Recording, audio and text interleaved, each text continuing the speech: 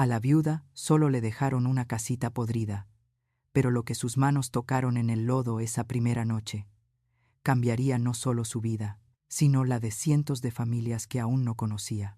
Cuando Estela enterró a su esposo, creyó que lo peor ya había pasado, pero la familia de él tenía otros planes. La despojaron de todo, la humillaron en su luto y le lanzaron una herencia que parecía una burla cruel.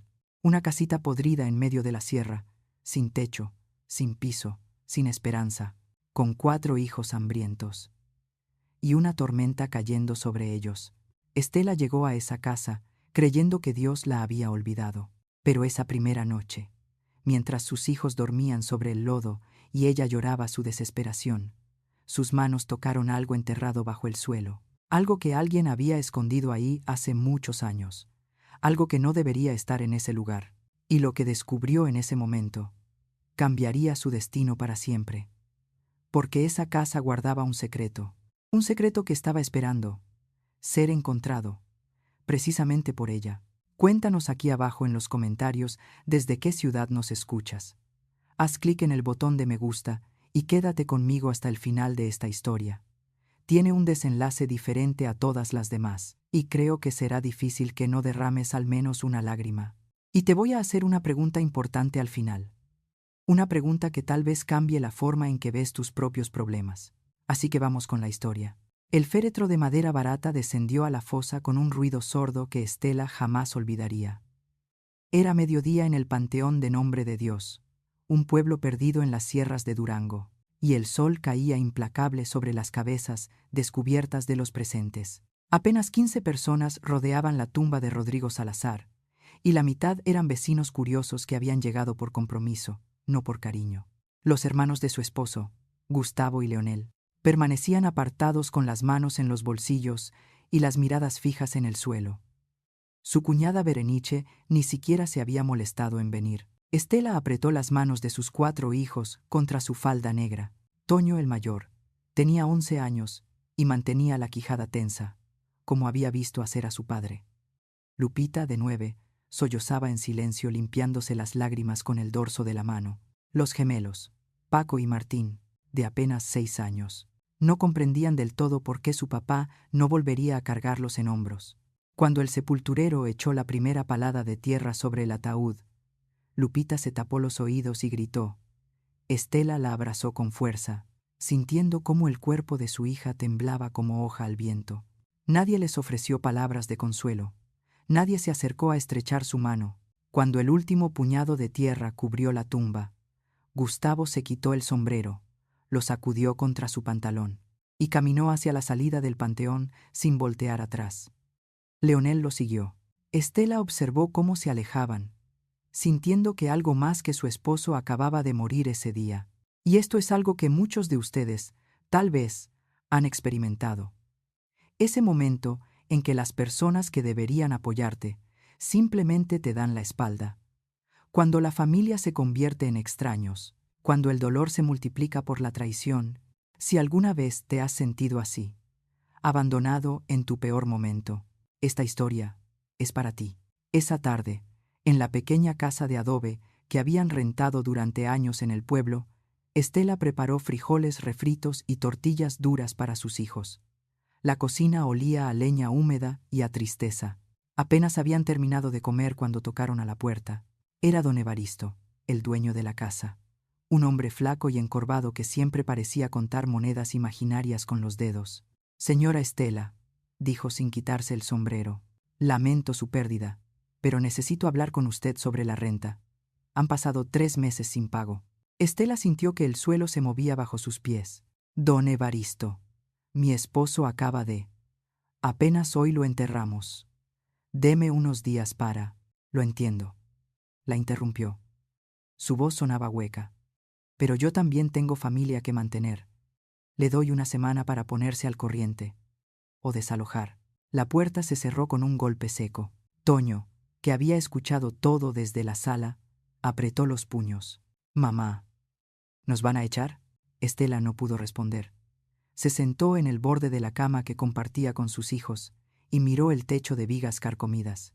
Rodrigo había trabajado como jornalero en el rancho de su hermano Gustavo durante años, levantándose antes del alba, regresando con las manos llenas de callos y la espalda doblada. Cuando le dio el infarto en plena faena, Gustavo ni siquiera pagó el ataúd. Fue ella quien tuvo que pedir prestado para el funeral más simple que el velador pudo armar. Al tercer día del luto, Gustavo y Leonel llegaron a la casa con papeles en mano. Berenice venía detrás de ellos, con los labios pintados de rojo y los brazos cruzados.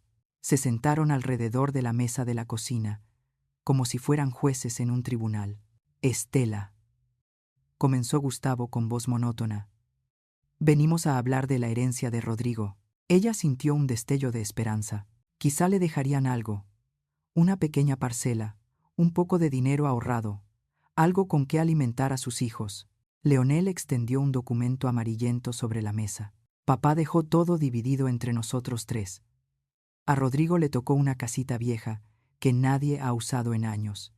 Está en la sierra, camino a Canatlán. Eso es todo. ¿Una casita?, preguntó Estela con la voz quebrándose. ¿Y las tierras del rancho? ¿El ganado? ¿Los ahorros? Berenice soltó una risa breve y cruel. Eso nos toca a los que trabajamos, no a las viuditas que solo saben llorar.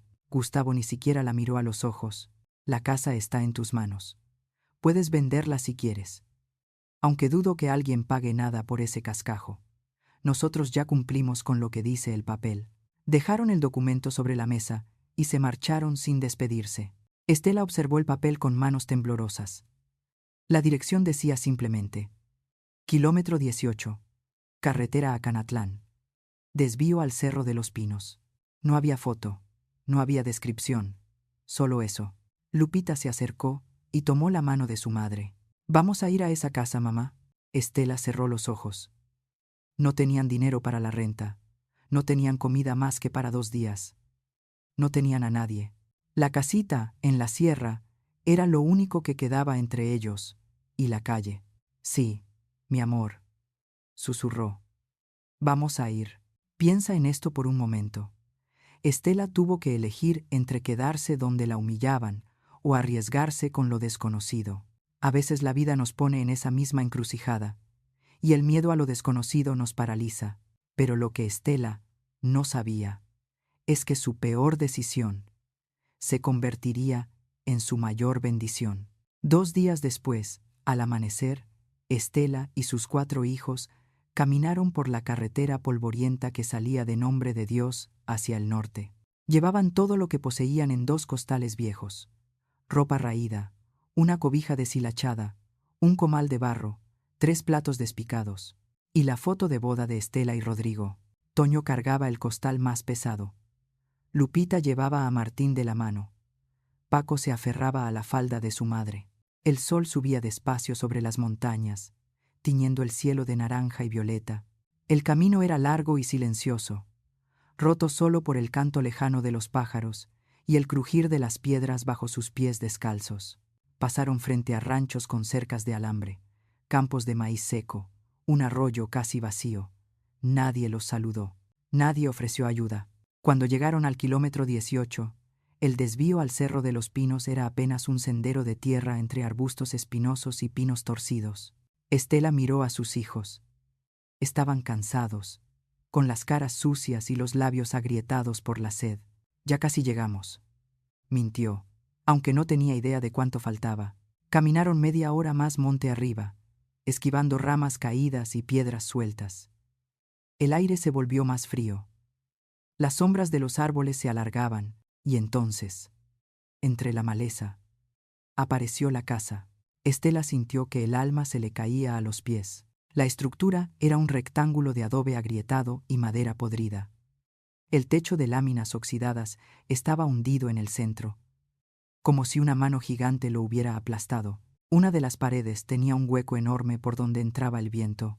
La puerta colgaba de una sola bisagra. No había ventanas, solo huecos cubiertos con tablas rotas. Alrededor de la casa, la maleza crecía salvaje y densa, ocultando lo que alguna vez pudo haber sido un camino o un patio. Lupita comenzó a llorar. Paco y Martín se abrazaron. Toño tragó saliva y miró a su madre. esperando que dijera algo. Estela no dijo nada. Caminó despacio hacia la puerta, empujándola con el hombro. La madera crujió y cedió, abriéndose hacia adentro con un gemido lastimero. El interior era oscuro y olía a humedad, a tierra mojada, a abandono. El piso era de tierra compactada. Las paredes estaban manchadas de moho. En una esquina había un montón de ramas secas y escombros. No había estufa, no había camas, no había nada. Estela dejó caer los costales al suelo y se sentó sobre uno de ellos. Sus hijos entraron detrás de ella, mirando alrededor con los ojos muy abiertos. ¿Aquí vamos a vivir, mamá?, preguntó Martín con voz temblorosa. Estela levantó la vista hacia el techo agujereado. A través del hueco podía ver el cielo encendiéndose de rojo mientras el sol comenzaba a bajar detrás de las montañas. Sí, respondió con la voz rota. Aquí vamos a vivir. Y entonces, como si el cielo mismo hubiera decidido burlarse de su dolor, comenzó a llover. Las primeras gotas cayeron lentas, casi tímidas, colándose por los agujeros del techo y salpicando el piso de tierra. Luego el aguacero se desató con furia. El viento aullaba entre los pinos, sacudiendo las láminas sueltas del techo. El agua entraba por todos lados, por el hueco de la pared, por la puerta torcida, por las grietas del adobe. En cuestión de minutos, el piso se convirtió en lodo. Estela abrazó a sus 4 hijos en el rincón más seco que pudo encontrar, cubriéndolos con la cobija empapada. Temblaban de frío. Lupita lloraba sin hacer ruido. Toño intentaba ser fuerte, pero su labio inferior temblaba. Los gemelos se aferraban a su madre como si tuvieran miedo de que el viento los arrancara de sus brazos. «Tengo hambre, mamá», murmuró Paco. Estela cerró los ojos. No había comida. No había leña seca para hacer fuego. No había forma de calentar agua. Solo quedaba el silencio roto por la lluvia y el llanto contenido de sus hijos. Cuando por fin todos se durmieron, acurrucados unos contra otros en ese rincón miserable, Estela se permitió derrumbarse. Las lágrimas vinieron calientes y amargas, mezclándose con la lluvia que le mojaba el rostro. Lloró por Rodrigo. Lloró por la injusticia de sus cuñados. Lloró por sus hijos. Lloró por ella misma. Y en medio de ese llanto desesperado, con el cuerpo entumecido por el frío y el alma rota en 1000 pedazos, Estela levantó la mirada hacia el techo agujereado y susurró con rabia y dolor: «Dios, ¿dónde estás? ¿Por qué me has abandonado?». El viento respondió con un aullido largo y fantasmal. Y entonces, en la oscuridad, algo bajo sus manos se movió. No era el lodo, no era una piedra, era algo sólido, algo que no debería estar ahí. Estela abrió los ojos y miró hacia abajo. Sus dedos habían tocado algo duro, enterrado bajo la tierra del piso. La lluvia había cesado cerca del amanecer, dejando el aire frío y pesado. Estela llevaba horas despierta, con los ojos fijos en el agujero que había comenzado a cavar con las manos la noche anterior. Sus hijos seguían dormidos, respirando con suavidad bajo la cobija húmeda. El sol apenas asomaba entre las grietas del techo, pintando líneas doradas sobre el piso lodoso. Volvió a meter los dedos en la tierra blanda. El objeto seguía ahí, firme, resistiéndose a salir. No era una piedra, tampoco un pedazo de madera podrida. Era algo envuelto, protegido. Con cuidado apartó más lodo, cavando en círculos alrededor de la forma rectangular que comenzaba a revelarse. Sus uñas se partieron. Sus manos sangraron, pero siguió cavando. Cuando por fin logró desprenderlo del suelo, lo sostuvo con ambas manos. Era un bulto pesado envuelto en una tela gruesa, que alguna vez había sido blanca, pero ahora estaba manchada de tierra y humedad. Alguien lo había enterrado con intención. Alguien lo había escondido ahí, debajo del piso de esa casa abandonada, esperando que nadie lo encontrara o esperando que alguien lo hiciera. Estela desenvolvió la tela con manos temblorosas. Dentro había una bolsa de plástico grueso sellada con cinta adhesiva amarillenta, y dentro de esa bolsa, intacto, como si el tiempo no lo hubiera tocado, estaba un libro. No era cualquier libro, era una Biblia. La cubierta de cuero negro estaba gastada en las esquinas, con letras doradas que decían: Santa Biblia, Reina Valera, 1960. Estela la abrió despacio, sintiendo el peso de las páginas entre sus dedos. El papel estaba amarillento pero seco, perfectamente conservado. En la primera hoja, escrito con tinta azul y letra temblorosa, había un nombre: propiedad de Jacinta Salazar de Ochoa. Estela sintió un escalofrío recorrerle la espalda. Salazar. El apellido de Rodrigo. El apellido de sus cuñados. Alguien de la familia de su esposo había enterrado esa Biblia en el piso de esta casa. Pero, ¿quién? ¿Y por qué? Cerró los ojos pasando los dedos sobre las letras doradas de la portada. Su abuela le había enseñado a leer en una Biblia parecida, sentadas bajo un árbol de mezquite en las tardes de verano. La palabra es viva, le decía la anciana. Cuando todo se derrumba, ella sigue en pie. Pero Estela no había abierto una Biblia desde que Rodrigo murió. No había orado. No había buscado consuelo en ningún versículo. ¿De qué servía un Dios que permitía que una viuda y sus hijos durmieran en el lodo? Aún así, algo dentro de ella la empujó a abrir el libro. Lo hizo al azar, sin pensar, dejando que las páginas cayeran donde quisieran. Sus ojos se posaron en un versículo subrayado con lápiz rojo. Salmo 37, versículo 5. Encomienda al Señor tu camino. Confía en Él, y Él hará. Las palabras la golpearon como un puño en el pecho. Las leyó de nuevo, y otra vez, y una más, con cada lectura. Algo dentro de ella comenzaba a quebrarse. No era la ira, no era la desesperación, era algo más profundo. Era el último resto de orgullo que la mantenía en pie. El último muro que había levantado para no derrumbarse por completo. Confía en Él, susurró. Confía en Él. Sus rodillas cedieron. Cayó sobre el piso de tierra, abrazando la Biblia contra su pecho. Y entonces, con una fuerza que no sabía que le quedaba, gritó hacia el cielo roto de esa casa miserable: Señor, si todavía me escuchas, si todavía te importo, ayúdame. No sé qué hacer.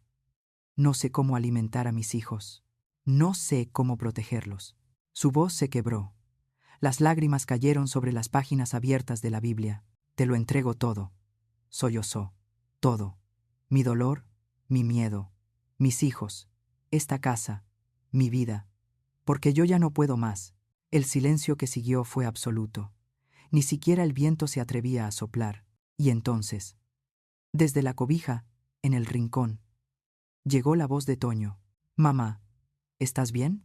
Estela se limpió las lágrimas con el dorso de la mano y se volvió hacia sus hijos. Los cuatro estaban despiertos, mirándola con ojos grandes y asustados. Lupita tenía las mejillas mojadas. Paco y Martín se aferraban el uno al otro. Estoy bien, mintió, aunque su voz temblaba. Estoy bien. Toño señaló la Biblia. ¿Qué es eso? Estela miró el libro en sus manos. Es una Biblia. La encontré enterrada en el piso. Lupita se acercó despacio, tocando la cubierta con un dedo. ¿Por qué alguien la enterraría? No lo sé, mi amor, pero creo que alguien quería que la encontráramos. Se quedaron en silencio por un momento, escuchando el canto de los pájaros afuera.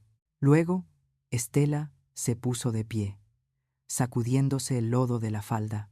Vamos a limpiar esta casa, dijo con una voz más firme de lo que se sentía. Vamos a hacer que funcione. No sé cómo, pero lo vamos a hacer. Los niños la miraron sin entender cómo era posible, pero algo en el tono de su madre, algo en la forma en que sostenía esa Biblia, les hizo creer que tal vez, solo tal vez, no todo estaba perdido. Y aquí hay una lección importante para todos nosotros. A veces la esperanza no llega como un milagro espectacular. A veces llega como un libro enterrado, como una frase subrayada, como un susurro en la oscuridad. Lo importante no es el tamaño de la señal, sino nuestra disposición de verla. Pasaron el resto de la mañana barriendo el lodo, sacando las ramas secas, destapando los huecos de las ventanas para que entrara luz. Toño encontró unas láminas de metal apoyadas contra un árbol cercano y las usó para tapar parte del agujero en el techo. Lupita juntó piedras planas para hacer un fogón improvisado. Los gemelos ayudaron a apilar ramas secas que podían servir de leña cuando se secaran. No era mucho, pero era algo. Al mediodía, Estela salió a explorar los alrededores. La casa estaba en medio de un claro rodeado de pinos y encinos. Había un arroyo a unos 100 metros, con agua clara que corría sobre piedras lisas. Más allá, el bosque se volvía más denso, oscuro, silencioso. Mientras llenaba una lata vieja con agua del arroyo, escuchó el crujido de ramas a su espalda. Se volvió, rápido, con el corazón en la garganta. Un hombre salió de entre los árboles. Era alto, de piel quemada por el sol, con barba de varios días y ropa de trabajo gastada. Llevaba una mochila colgada al hombro y un bastón de madera en la mano. Sus ojos eran oscuros, penetrantes, del tipo de mirada que parecía ver más allá de las apariencias. «Buenos días», dijo con voz tranquila. Estela retrocedió un paso, apretando la lata contra su pecho. «Buenos días». El hombre señaló hacia la casa con el bastón. «¿Vive usted ahí?»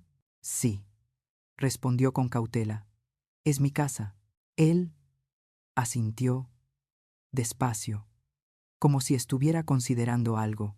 «Esa casa lleva abandonada más de 20 años. Pensé que nadie volvería a habitarla. Pues, aquí estamos». El hombre la observó en silencio por un momento. Luego miró hacia el cielo, entrecerró los ojos, y dijo algo que Estela no esperaba. «Dios tiene planes extraños, ¿verdad?» Antes de que ella pudiera responder, él señaló el camino por donde había venido. «Voy de paso hacia Canatlán. Pero si necesita algo, comida, herramientas, lo que sea, hay un pueblo pequeño a 3 kilómetros al oeste. Pregunte por don Melesio en la tienda. Dígale que lo manda Chuy el caminante. Él le dará crédito». «¿Por qué haría eso?», preguntó Estela con desconfianza. El hombre sonrió apenas, una sonrisa triste y cansada. «Porque así funciona la vida. A veces uno recibe, a veces uno da, y a veces, cuando menos lo esperas, Dios pone ángeles en tu camino, disfrazados de extraños». Sin esperar respuesta, se dio la vuelta y siguió caminando por el sendero, desapareciendo entre los árboles como si nunca hubiera estado ahí. Estela se quedó inmóvil, con el agua fría salpicándole las manos. Las palabras del hombre resonaban en su mente, ángeles disfrazados de extraños. Volvió corriendo a la casa con el corazón latiéndole rápido. Toño estaba afuera, intentando clavar una tabla sobre el hueco de la pared. «Mamá, ¿quién era ese hombre?» «No lo sé», respondió Estela, «pero creo que nos acaba de dar una oportunidad. Y esta es otra verdad que debemos recordar. La ayuda muchas veces llega de donde menos la esperamos, de extraños, de personas que no tienen obligación de ayudarnos. La pregunta es, ¿estamos abiertos a recibirla? ¿O dejamos que el orgullo nos cierre las puertas?» Esa misma tarde, mientras el sol comenzaba a bajar y las sombras se alargaban sobre el claro, algo sucedió en la carretera principal, 3 kilómetros al este. Una camioneta blanca avanzaba despacio por el camino polvoriento, con las ventanas abiertas y la música apagada. Al volante iba un hombre de unos 40 años, con lentes oscuros y una cámara colgada al cuello. Se llamaba Fernando Ríos, y era fotógrafo de una pequeña revista digital que cubría historias humanas en comunidades rurales. Llevaba 2 días recorriendo la sierra de Durango buscando una historia interesante, algo real, algo que conmoviera. Hasta ahora no había encontrado nada más que paisajes bonitos y pueblos tranquilos. Pero cuando pasó frente al desvío del Cerro de los Pinos, algo dentro de él se detuvo. No fue un pensamiento claro, no fue una voz audible, fue más como una sensación, un jalón interno, una urgencia que no podía explicar. Algo le decía que entrara en ese camino, que subiera por ese sendero, que no siguiera de largo. Fernando frenó, miró el desvío, luego miró el camino principal que lo llevaría de regreso a la ciudad. Era tarde, estaba cansado, no tenía razón lógica para meterse en la maleza, pero la sensación no lo dejaba en paz. «Está bien», murmuró para sí mismo. 5 minutos. Solo echo un vistazo. Estacionó la camioneta a un lado del camino y comenzó a subir por el sendero a pie, con la cámara en la mano. Los pinos se cerraban sobre él, creando un túnel de sombras verdes. El aire olía a resina y tierra mojada. Sus botas crujían sobre las piedras sueltas. Y entonces, entre los árboles, vio la casa, vio a la mujer arrodillada junto al fogón improvisado, intentando encender fuego con ramas húmedas. Vio a los 4 niños sentados en el suelo de tierra, con las ropas rasgadas y las caras sucias. Vio el techo hundido, las paredes agrietadas, el hueco enorme por donde entraba el viento. Fernando levantó la cámara sin pensar. El obturador hizo clic. Y en ese instante, sin que él lo supiera, sin que Estela lo supiera, sin que nadie en el mundo lo supiera todavía, todo estaba a punto de cambiar. Fernando bajó la cámara y se quedó mirando la pantalla. La imagen era cruda, honesta, desgarradora. La mujer de rodillas junto al fogón, con el rostro marcado por el cansancio. Los niños sentados en círculo, abrazándose para darse calor. La casa destruida como telón de fondo. El contraste entre la luz dorada del atardecer y la miseria absoluta de esa escena. No era el tipo de foto que buscaba para su revista. Era algo mucho más grande. Se acercó despacio, haciendo crujir las ramas bajo sus pies. Estela levantó la vista sobresaltada, poniéndose de pie de inmediato y colocándose frente a sus hijos como un escudo. ¿Quién es usted? Fernando levantó las manos en señal de paz. Perdone, señora, no quise asustarla. Soy fotógrafo. Estaba pasando por la carretera y sentí que debía subir. ¿Nos tomó una foto? Sí. Lo siento, debí pedir permiso primero. Se quitó los lentes oscuros y la miró directo a los ojos. Pero necesito que vea algo. Le mostró la pantalla de la cámara. Estela observó la imagen en silencio. Era la primera vez que se veía a sí misma desde la muerte de Rodrigo. No reconoció a esa mujer de mejillas hundidas y manos agrietadas. Esa no era ella, o tal vez sí, y por eso dolía tanto. ¿Por qué nos fotografió?, preguntó con la voz quebrada. Fernando guardó la cámara en su mochila. Porque la gente necesita ver esto. Necesita saber que familias como la suya existen, que luchan, que sobreviven a pesar de todo. No somos un espectáculo. No. Son un testimonio. Sacó una libreta del bolsillo de su camisa. ¿Puedo hacerle unas preguntas? Solo lo básico. Su nombre. ¿Cómo llegó aquí? Lo que necesita. Estela dudó. Parte de ella quería mandarlo lejos, proteger lo poco de dignidad que le quedaba, pero otra parte, la parte que había orado esa mañana abrazando una Biblia enterrada, la parte que había pedido ayuda con desesperación, le decía que aceptara. Estela Ortiz de Salazar, dijo finalmente. Viuda, 4 hijos. Mi esposo murió hace una semana. Su familia me dejó esta casa y nada más. Fernando escribía rápido. ¿Tienen comida para hoy? Sí. Para mañana. No sé. ¿Agua? Hay un arroyo cerca. ¿Trabajo? Estela soltó una risa amarga. Trabajo. Vivo en medio de la nada con 4 niños. ¿Quién me va a dar trabajo? Fernando cerró la libreta. Miró a los niños que lo observaban con mezcla de curiosidad y desconfianza. Luego volvió a mirar a Estela. Voy a publicar su historia en mis redes. En mi revista, donde sea que la gente pueda verla. No le prometo nada, pero a veces las historias correctas encuentran a las personas correctas. ¿Y eso nos va a ayudar? No lo sé. Pero quedarse aquí sin que nadie sepa que existen tampoco los va a ayudar. Estela asintió despacio. No tenía nada que perder. Fernando se despidió con un apretón de manos y comenzó a bajar por el sendero. Cuando llegó a su camioneta, abrió su laptop y comenzó a escribir. No era un texto largo. No necesitaba hacerlo. En las sierras de Durango, a 3 kilómetros de cualquier ayuda, vive una viuda con 4 hijos, en una casa que está a punto de caerse. No tienen comida, no tienen ropa, no tienen esperanza. Pero siguen en pie.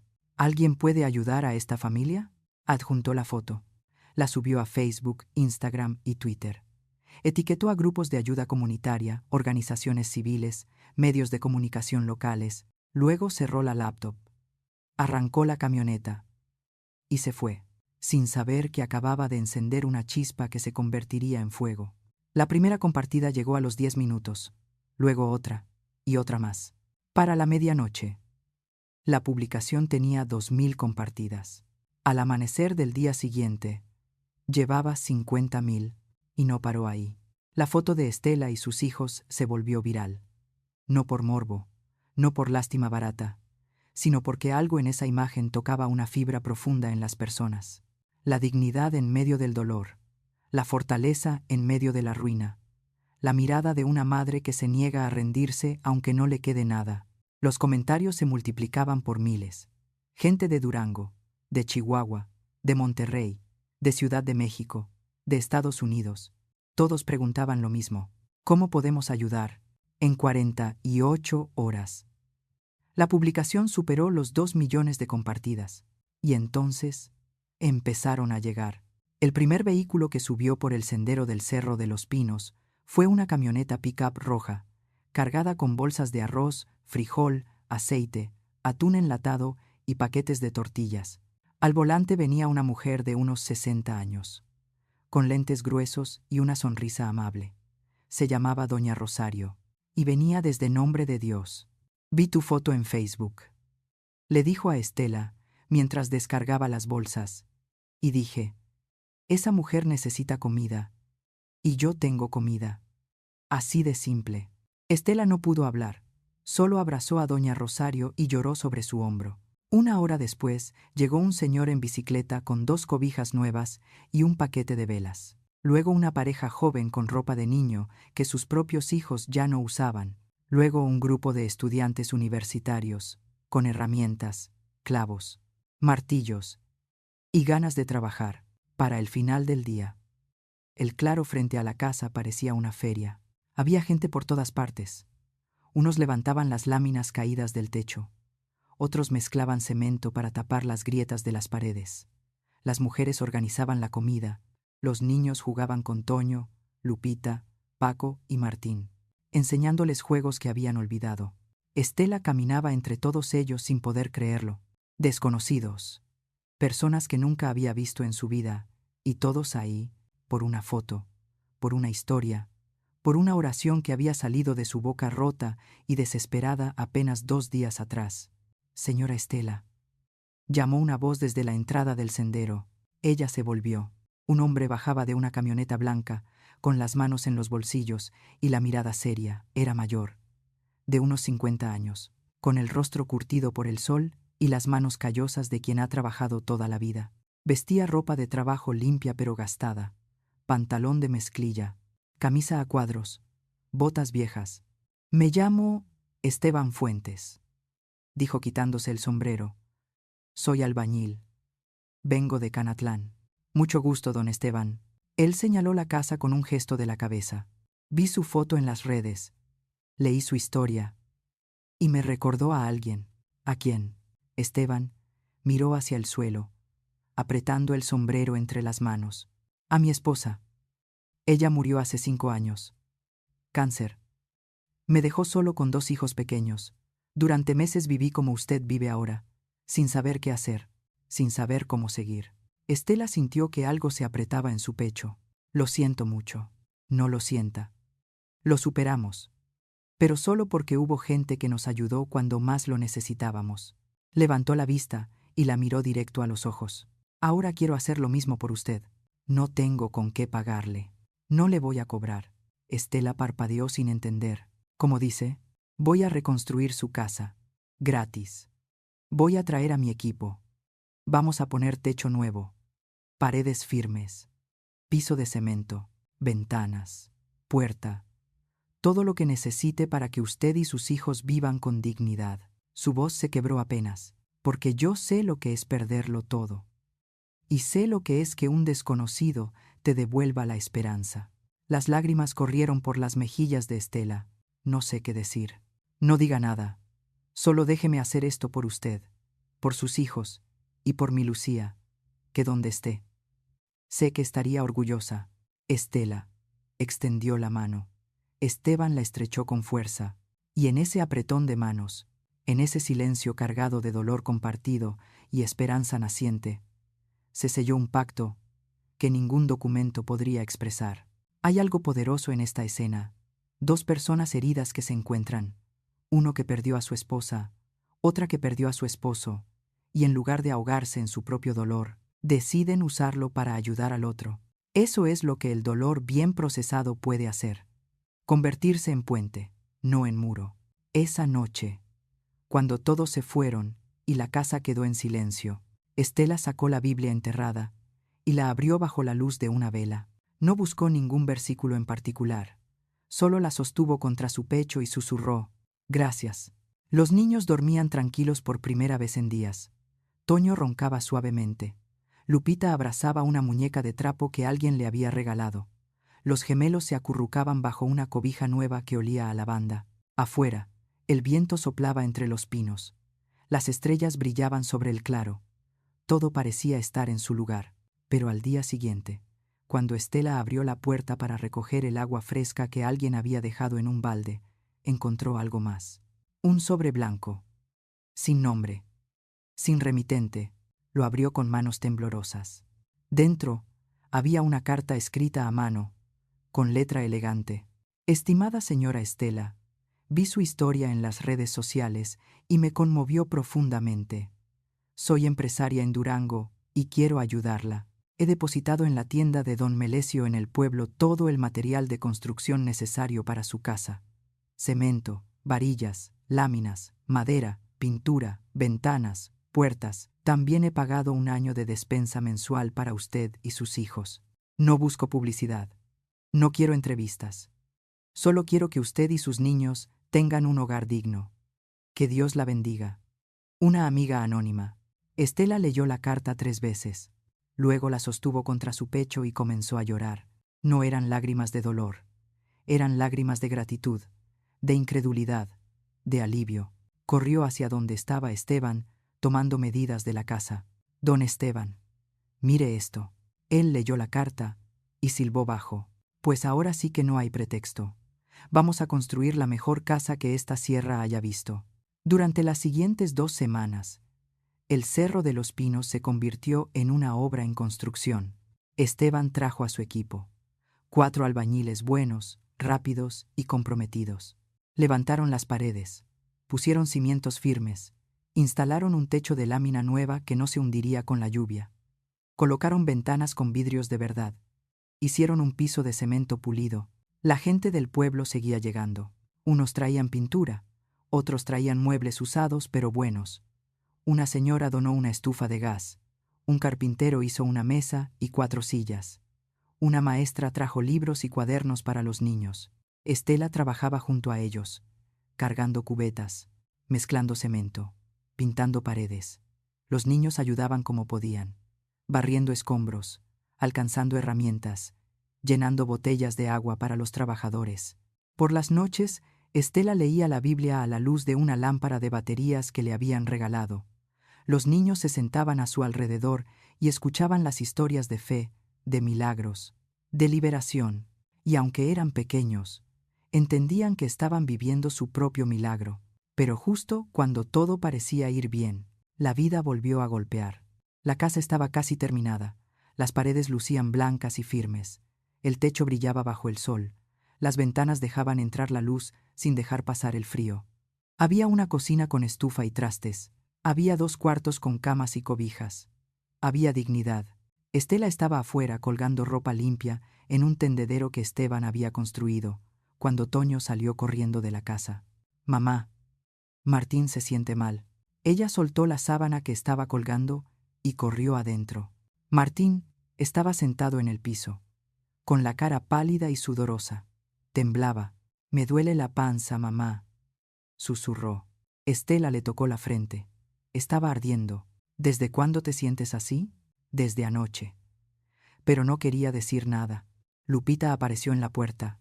«Yo también me sentí mal ayer, pero ya se me pasó». Estela cargó a Martín en brazos. No pesaba casi nada.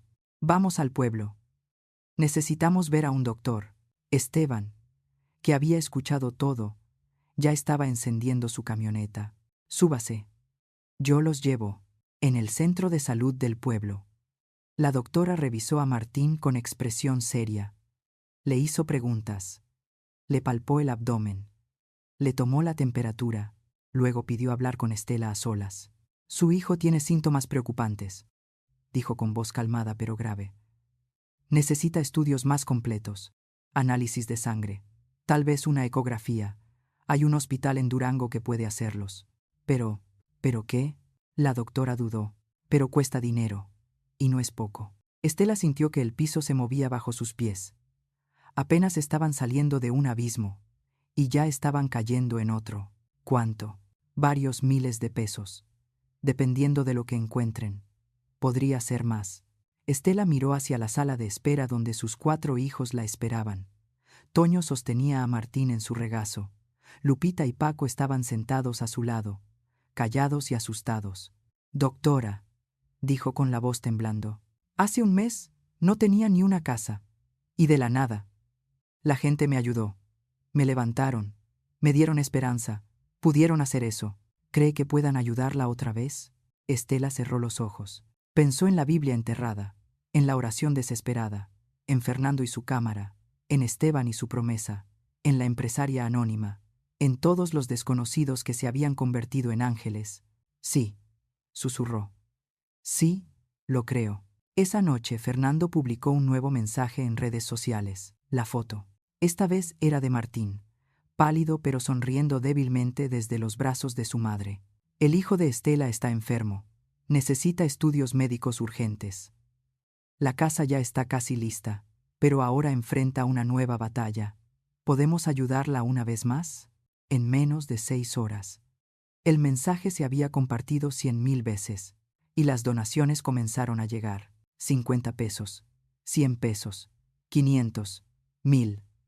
De cuentas anónimas, de gente con nombres comunes, de personas que probablemente también tenían problemas, pero que eligieron compartir lo poco que tenían. Para el amanecer habían reunido suficiente dinero para los estudios, y para el mediodía del día siguiente. Mientras Estela esperaba los resultados en el hospital de Durango, con las manos entrelazadas y los ojos cerrados en oración, la puerta del consultorio se abrió. La doctora salió con una carpeta en las manos y una expresión que Estela no pudo descifrar. «Señora Estela», dijo con voz seria, «necesitamos hablar». Estela se aferró al respaldo de la silla. Las paredes del consultorio parecían cerrarse sobre ella. La doctora, una mujer de unos 40 años con el cabello recogido en una cola de caballo, sostenía la carpeta contra su pecho como si pesara más de lo debido. «Siéntese, por favor», dijo señalando la silla frente al escritorio. «Prefiero estar de pie». La voz de Estela sonaba firme, pero sus piernas temblaban. «Dígame qué tiene mi hijo». La doctora abrió la carpeta y extendió unas hojas con números, gráficas y términos médicos que Estela no entendía. Los análisis de sangre muestran una alteración importante en los glóbulos blancos.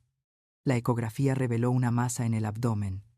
Necesitamos hacer una biopsia para confirmar, pero todo indica que se trata de un linfoma. Un linfoma. Estela repitió la palabra como si fuera de otro idioma. ¿Qué es eso? Es un tipo de cáncer que afecta el sistema linfático. La doctora hablaba con cuidado, midiendo cada palabra. En niños puede ser agresivo, pero también tiene buenas tasas de respuesta al tratamiento si se detecta a tiempo. La palabra cáncer atravesó a Estela como una lanza. Se dejó caer en la silla, sintiendo que el aire abandonaba sus pulmones. «Mi hijo tiene cáncer, es muy probable, pero necesitamos confirmar con la biopsia. Y después viene el tratamiento, quimioterapia, hospitalizaciones, cuidados intensivos. Es un proceso largo y difícil, pero hay esperanza». Estela levantó la vista. «¿Cuánto cuesta todo eso?» La doctora cerró la carpeta. «Mucho. Estamos hablando de cientos de miles de pesos. El seguro popular cubre parte, pero no todo. Ustedes tendrían que pagar medicamentos, estudios especializados, traslados». «No tengo nada». Las palabras salieron rotas. Apenas un susurro. «Hace un mes no tenía ni casa. Ahora tengo casa, pero no tengo dinero. Y mi hijo se está muriendo». «No está muriendo todavía», dijo la doctora con firmeza, «pero necesita empezar el tratamiento pronto. Mientras más esperemos, más difícil será. Estela se puso de pie. Las piernas apenas la sostenían. ¿Puedo verlo? Claro. Está en observación con sus hermanos. Caminó por el pasillo del hospital como sonámbula. Los olores a desinfectante y medicinas le revolvían el estómago. Las luces fluorescentes le lastimaban los ojos. Llegó a la sala de espera donde Toño, Lupita y Paco estaban sentados en sillas de plástico azul. Martín dormía sobre el regazo de su hermano mayor, con la cara pálida y las ojeras marcadas. ¿Qué dijo la doctora, mamá?, preguntó Lupita con los ojos muy abiertos. Estela se arrodilló frente a ellos. Tomó las manos de Toño con una, las de Lupita con la otra. Paco se aferró a su falda. Martín está enfermo, muy enfermo, pero lo vamos a curar. No sé cómo, pero lo vamos a curar. Toño apretó la mandíbula. A sus 12 años ya entendía más de lo que debería. Es grave. Sí. Se va a morir. ¿Como papá? Estela sintió que algo se quebraba dentro de ella. No. Tu papá se fue porque su corazón se cansó. Pero Martín va a pelear. Y nosotros vamos a pelear con él. Lupita comenzó a llorar en silencio. Paco escondió la cara en la falda de su madre, y Estela los abrazó a todos, sintiendo el peso del mundo sobre sus hombros. Fernando publicó la noticia esa misma noche, y una vez más, la humanidad respondió. En menos de 6 horas, el mensaje se había compartido 100.000 veces. Las donaciones llegaban de todas partes. 50 pesos, 100 pesos, 500, 1000, de cuentas anónimas, de gente con nombres comunes, de personas que probablemente también tenían problemas, pero que eligieron compartir lo poco que tenían. Se organizaron colectas en escuelas, rifas en mercados, conciertos benéficos en plazas públicas. Una estación de radio en Durango dedicó todo un día a recaudar fondos. Una cadena de supermercados puso cajas de donación en todas sus sucursales. Y la empresaria anónima, aquella que había pagado los materiales de la casa, volvió a aparecer. Esta vez con un cheque tan grande que Estela tuvo que leerlo 3 veces para creer que era real. ¿Por qué hace esto?, le preguntó Estela cuando la mujer llegó a la casa en una camioneta negra. La empresaria, una mujer de unos 50 años con el cabello gris y los ojos verdes, sonrió con tristeza. Porque yo también tuve un hijo enfermo, y gente buena me ayudó a salvarlo. Ahora él tiene 20 años y estudia medicina. Esto no es caridad. Es gratitud que pasa de mano en mano. Extendió el cheque. Este dinero cubre el tratamiento completo. La quimioterapia, las hospitalizaciones, los medicamentos, todo lo que necesite su hijo para curarse. Estela tomó el cheque con manos temblorosas. Era más dinero del que había visto en toda su vida. No sé cómo agradecerle. No me lo agradezca a mí. Agradézcale a Dios. Y cuando su hijo esté sano, ayude a alguien más. Así es como funciona. La mujer se fue tan rápido como había llegado, dejando detrás solo el eco de sus palabras y la promesa de un futuro. Martín comenzó el tratamiento 2 días después en el Hospital General de Durango. La quimioterapia fue brutal. El niño vomitaba, perdía el cabello, lloraba de dolor en las noches. Estela dormía en una silla junto a su cama, sosteniéndole la mano, cantándole canciones, leyéndole la Biblia. Toño, Lupita y Paco se quedaban con Esteban y su familia en Canatlán. Los visitaban los fines de semana, trayendo dibujos, flores del campo, palabras de ánimo. Vas a estar bien, Martín, le decía Lupita. Dios te va a curar. Y Martín, débil y cansado, sonreía apenas. Lo sé. Los meses pasaron lentos y pesados. Hubo momentos en que Estela creyó que todo estaba perdido. Momentos en que los doctores movían la cabeza con preocupación. Momentos en que las enfermeras bajaban la voz al hablar de pronósticos. Pero Martín seguía luchando. Y Estela seguía orando. 6 meses después del diagnóstico, la doctora entró al cuarto con una sonrisa. Era la primera vez que Estela la veía sonreír. Señora Estela, dijo con voz emocionada. Tengo buenas noticias. Estela se puso de pie tan rápido que la silla cayó al suelo. ¿Qué pasó? Los últimos estudios muestran que el tumor ha desaparecido por completo. No hay rastro de células cancerígenas. Martín está en remisión. El mundo se detuvo. El tiempo se congeló. Estela miró a su hijo, que la observaba desde la cama con los ojos muy abiertos.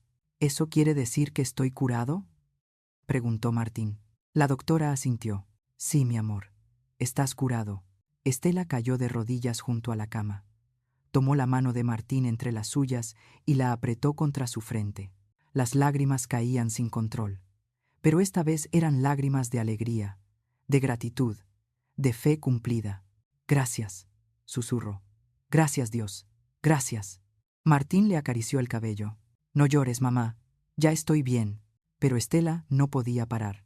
Lloró por todo lo que habían vivido, por todo lo que habían perdido, por todo lo que habían ganado.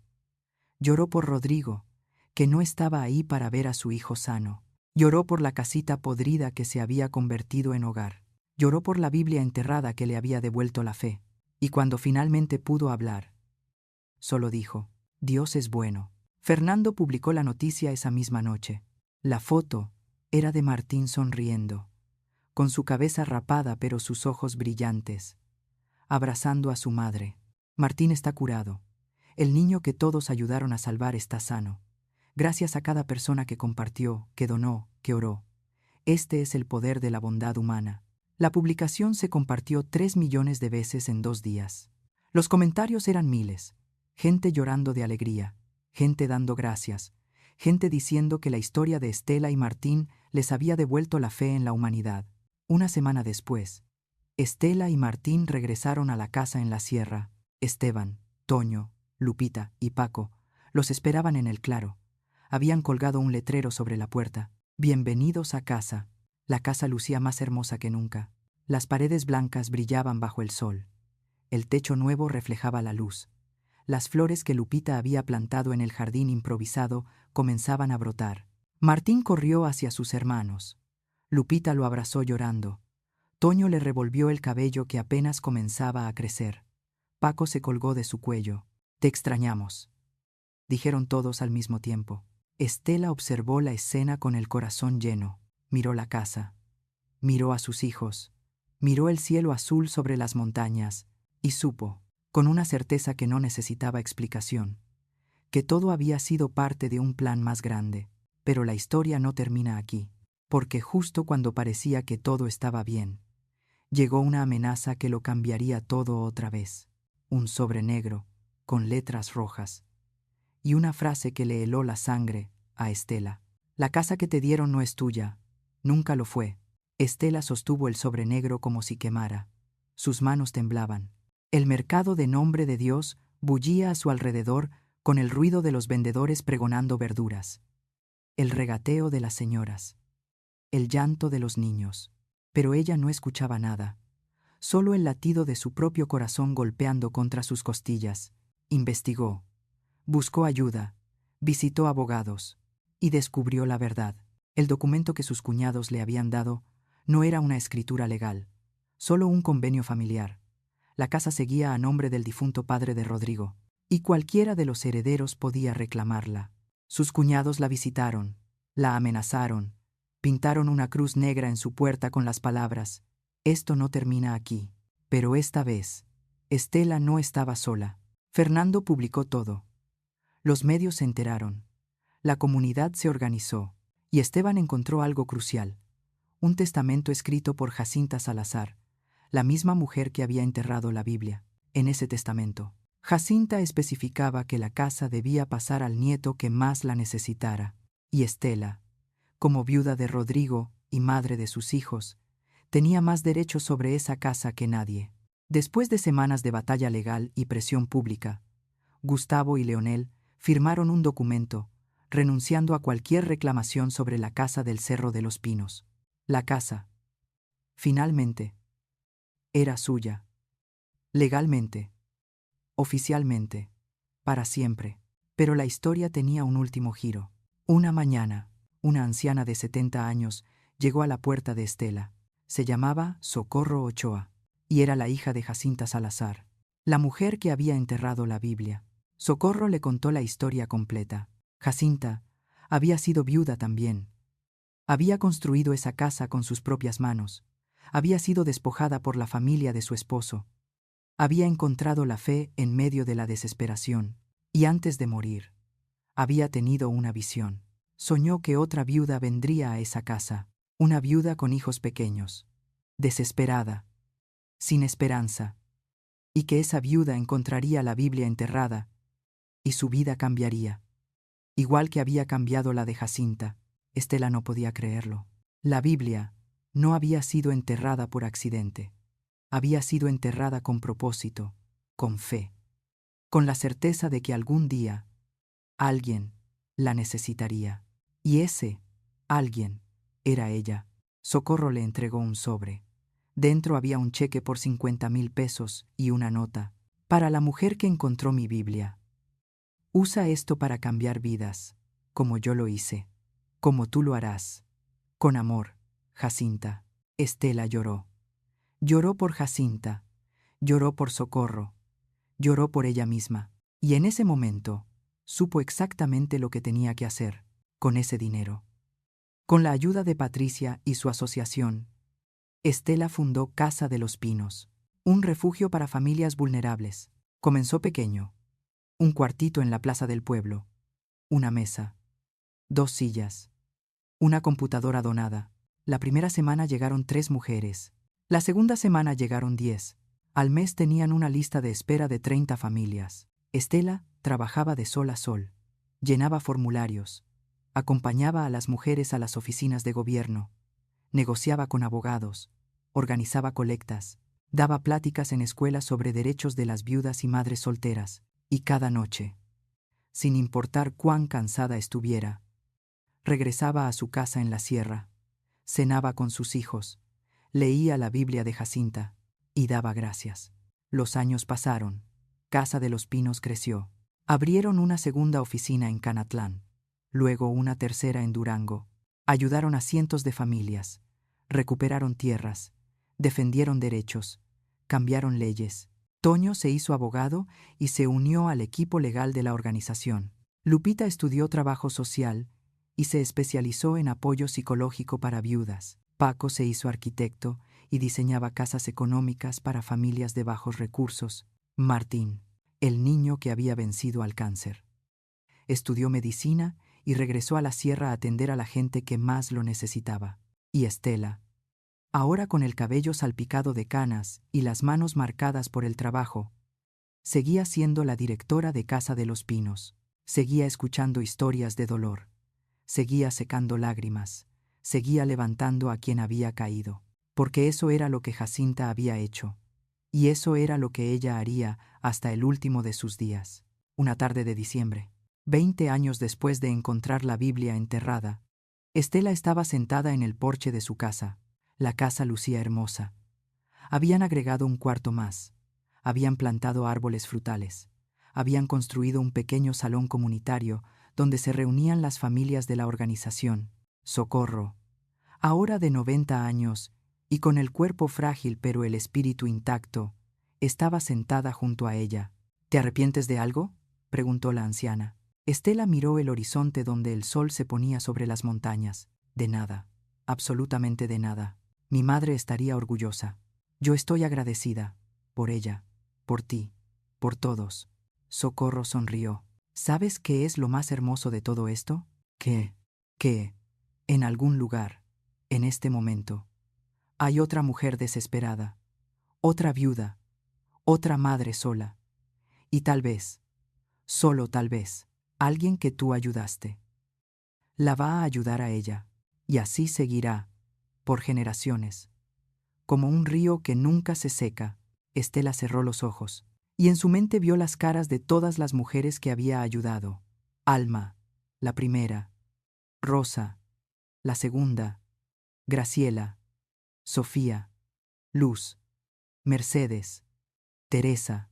Cientos de nombres, cientos de historias, cientos de vidas cambiadas, y supo, con la certeza que solo da la fe probada en fuego, que el propósito de su dolor había sido convertirse en el puente que otras cruzarían para salir de la oscuridad. Gracias, Dios, susurró, por la casita podrida que se convirtió en hogar, por la Biblia que me encontró cuando más la necesitaba, y por darme la oportunidad de devolver lo que me diste.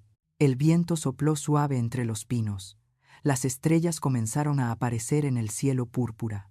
Y, en algún lugar de la sierra, una mujer joven con 2 niños pequeños caminaba por un sendero polvoriento buscando refugio. Mañana llegaría a la oficina de Casa de los Pinos.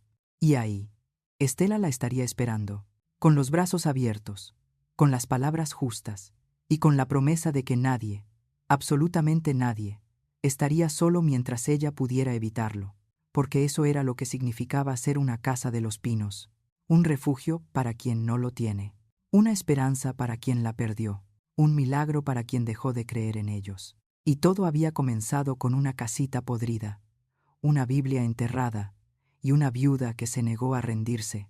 Ahora te pregunto a ti que me escuchas, ¿qué Biblia enterrada hay en tu vida esperando ser encontrada? ¿Qué bendición está escondida debajo de tu dolor más grande? Porque la historia de Estela nos enseña algo fundamental. A veces Dios no nos saca de la tormenta, nos encuentra en medio de ella. A veces la ayuda no llega como esperamos, llega disfrazada de extraños. Y a veces, nuestro peor momento es solo el principio de nuestro mayor propósito. Si esta historia te tocó el corazón, compártela con alguien que la necesite. Suscríbete a nuestro canal, porque las próximas historias serán aún mejores. Y recuerda, no importa qué tan oscura esté tu noche, el amanecer siempre llega. Un fuerte abrazo.